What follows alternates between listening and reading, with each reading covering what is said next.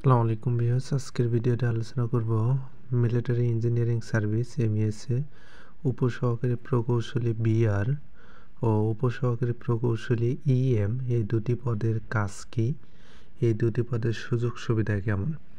Viewers, প্রথমে বলি যে উপসহকারী প্রকৌশলী বিআর এবং উপসহকারী প্রকৌশলী ইএম এই দুটি পদের কাজ কিন্তু আলাদা আলাদা এবং সুযোগ সুবিধার মধ্যেও কিছুটা তারতম্য রয়েছে।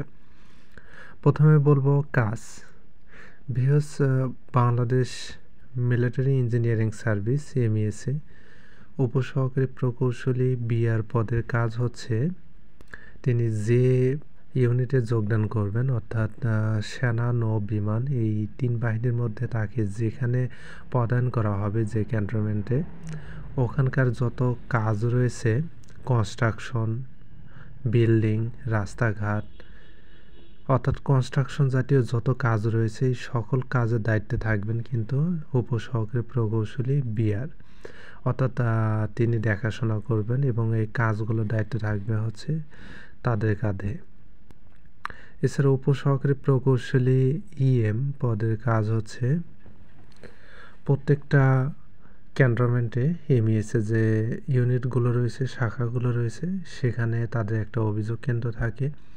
সেখানে ইলেকট্রিক সাইট, পাওয়ার সাইট, কোনো ইকুইপমেন্ট কেনা যদি লাগে ইলেকট্রনিক্সের, এই সকল কিছুর দায়িত্বে থাকে একজন উপসহকারী প্রকৌশলী ইএম।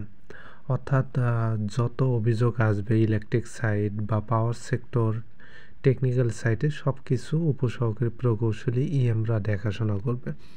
এখন ধরুন কোথাও ইলেকট্রিক সিটির কাজ করতে হবে বিল্ডিংয়ের, সেই ক্ষেত্রে উপসহকারী প্রকৌশলী ইএম কাজ করবেন, বা কোনো বাসার ফ্যান, লাইট এগুলো নষ্ট হয়ে গেছে অভিযোগ পড়বে, উপসহকারী প্রকৌশলী টেকনিশিয়ান, ইলেকট্রিশিয়ানকে পাঠাবেন এবং সেটি মেরামত করবেন। এছাড়া নতুন যে বাজেটগুলো আসবে ইলেকট্রনিক্স আইটেম কেনা, যে কোনো কিছু কেনা, এগুলোর দায়িত্বে কিন্তু উপসহকারী প্রকৌশলী ইএম তার সিনিয়রের আদেশে এই সকল দায়িত্ব পালন করবেন। কারণ সুযোগ সুবিধা কিন্তু উপসহকারী প্রকৌশলী বিআর এবং উপসহকারী প্রকৌশলী ইএম এই দুটির ভিতরে আলাদা আলাদা রয়েছে। সেই ক্ষেত্রে বেতন সুবিধা সবারই এক, কিন্তু আপনারা জানেন যে এমইএসএ কাজের একটা প্রফিট ফান্ড পাওয়া যায়।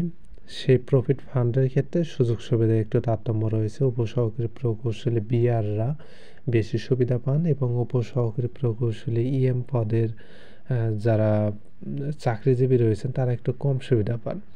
কারণ উপসহকারী প্রকৌশলী বিআররা কেন বেশি সুবিধা পাবেন? কারণ উপসহকারী প্রকৌশলী বিআর তাদের আন্ডারে যত কনস্ট্রাকশন কাজ হবে, বিল্ডিং, রাস্তাঘাট, এই সকল কাজের বাজেট বেশি থাকে, সেক্ষেত্রে তারা প্রফিট ফান্ডটাও বেশি পেয়ে থাকেন।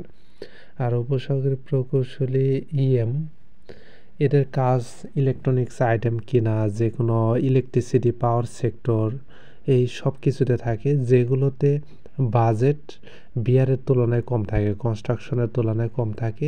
সেই ক্ষেত্রে কিন্তু তারা বিআরের তুলনায় প্রফিট ফান্ডটা একটু কম পান। তবে পোস্টিং ভেদে যার যেখানে পোস্টিং হবে, কাজের উপর ভিত্তি করে কিন্তু তারা প্রফিট ফান্ড পাবেন। এখন কথা হলো যে অনেক সময় একটা সেক্টরে বিআর পোস্টিং হয়েছে এবং আরেকটা জায়গায় ইএম পোস্টিং হয়েছে, সেখানে যদি ইএমের কাজের পরিধি বাড়ে যায়, তাদের বাজেট বেশি আসে, সেই ক্ষেত্রে সেও বেশি পেতে পারে। কিন্তু ম্যাক্সিমাম ক্ষেত্রে কনস্ট্রাকশনের কাজে বাজেট বেশি থাকে, সেক্ষেত্রে প্রফিট ফান্ডটা বিআররাই বেশি পায়। তো ভিউয়ার্স, এই ছিল আজকের মতো। আপনাদের আরও কিছু জানার থাকলে কমেন্ট করতে পারেন। ফার্স্ট টাইম আমার চ্যানেলে হয়ে থাকলে চ্যানেলটি সাবস্ক্রাইব করে পাশে থাকবেন। যারা অলরেডি সাবস্ক্রাইব করেছেন তাদেরকে অসংখ্য ধন্যবাদ।